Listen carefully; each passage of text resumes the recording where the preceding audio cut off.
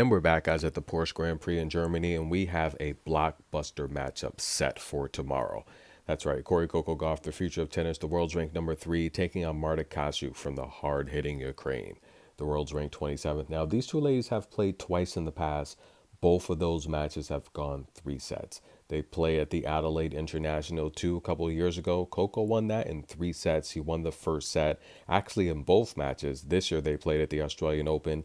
Instant classic where Coco was down a break early. She had to break, actually, she was down 2 breaks, right? She had to break back and still had a chance to close out the first set and choked, right? Marta would force a tiebreak. Coco would eventually pull through after blowing several set points. Marta won the second set in a tiebreak. Coco had a chance to serve out the match as well and choked. But the third set, Coco put Marta away pretty easily, 6-2, where I've said in the past, I do feel Marta runs out of gas, but I also say something a lot in the past, or a lot in general. I talk about how when a player wins a match they should have lost, they normally lose the next match. Now we're going to take a look at Coco and how she played against Vickery, but I do want to remind you how amazing Vickery played and how Coco touched upon that in the post-match interview. But yeah, I don't think it's a coincidence. I just think, when you're higher ranked, maybe you just have a little bit better experience on how to perform in the clutch moments. But honestly, when you're playing a match, ranking doesn't mean. Ranking doesn't matter, and I want to remind you guys that when you're higher ranked, you have better resources, right? You have a coach that probably is able to travel with you all the time. You have more money, so look, diet, you're able to prepare properly. But again, for all of these main tour events, 500s, even 250s, 1000 slams, these players, they're treated really good, especially at the slams. Remember, their coaches, their expenses are paid for, and the game checks are really huge. So it's always important to get your ranking to where you qualify automatically for the slams. That's how you're going to pay for your flights, your travel fees, your coaches. You have to get into the Grand Slams. With these tournaments as well, they're also taken good care of. There's food, there's medical attention, there's all of the things, all of the essentials are taken care of for them. But I do feel like Coco said, ranking doesn't really matter because once you're on the main tour, especially, I'd say the top 50 for sure, but once you're and Marta is a top 30 player, you could have endorsements or sponsors as well. But if you're in the top 50, you have the resources to compete. And I think Paula Badosa said it best.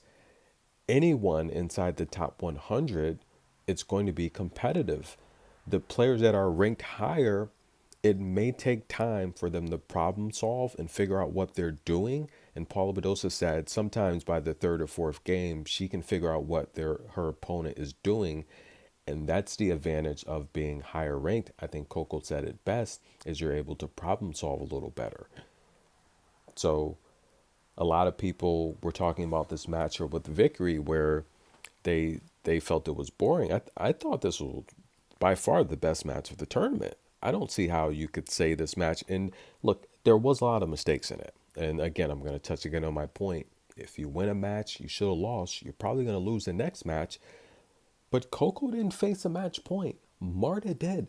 This is a match that Marta, when look at that beautiful hug. Now Marta taking on Queen Win today should have lost this match. She faced several match points. Now, even though Coco was down a break in the third set, Coco had 15 double faults, right? She only got 55% of her first serves in play. She lost 38% of her first serve, 60% of the second serve. But that's because Vickery is so explosive and athletic. I think this match with Vickery was very comparable to what she's going to get from Marta, a very explosive, powerful opponent. Now, Nooney did an amazing job calling this match. Marta, she gets upset. She's a bit of a diva. But do you guys remember I told you the future players of the tour? I said this, what, 3 years ago on the channel? Were who? Queen Win, Marta, Emma, they're all here in this tournament. The three ladies I said are going to be the future of the tour. They're right here in this tournament. Emma, Marta, and Queen Win. Amazing.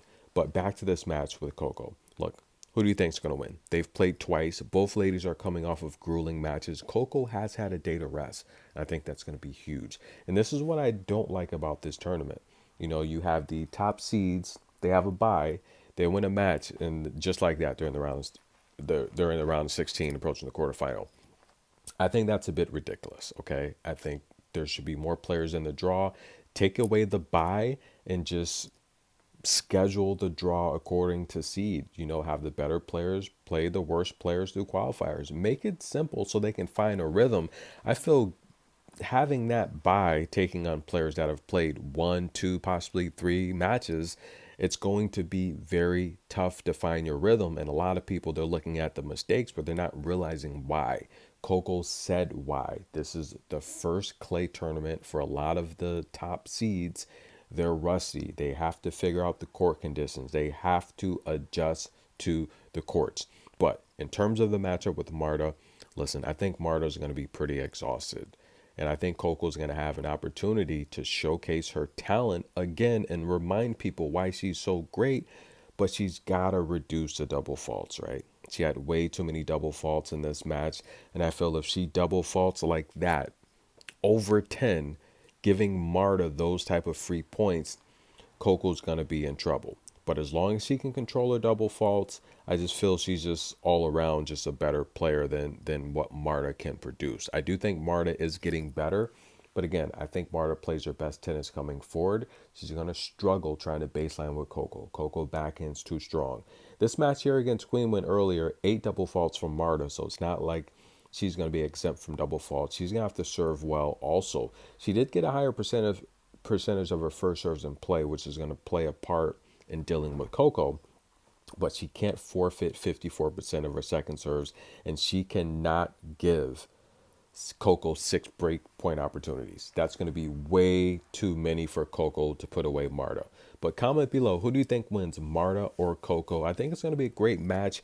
Again, I roll with Coco because she is so fast. She's a great defender. She's got a great backhand. She's a great two-way player. She's great coming towards the net. She's now using the forehand to attack versus only being defensive with it. Her serve is powerful as long as she can get it over the net. Again, I'm concerned because she's netting a lot on these first serves. I would be much more comfortable if she was just getting the ball over the net missing. Then she can work on her placement. But I think there's a problem with the lift, and I think the mechanics, she might have to hire a mechanics coach. We saw Sabalenka did that. She had a lot better success after doing that. I do think Coco needs to bring someone else on her team for the serve. And maybe she's done that. I do have to take a look. I'm seeing some new faces in her camp.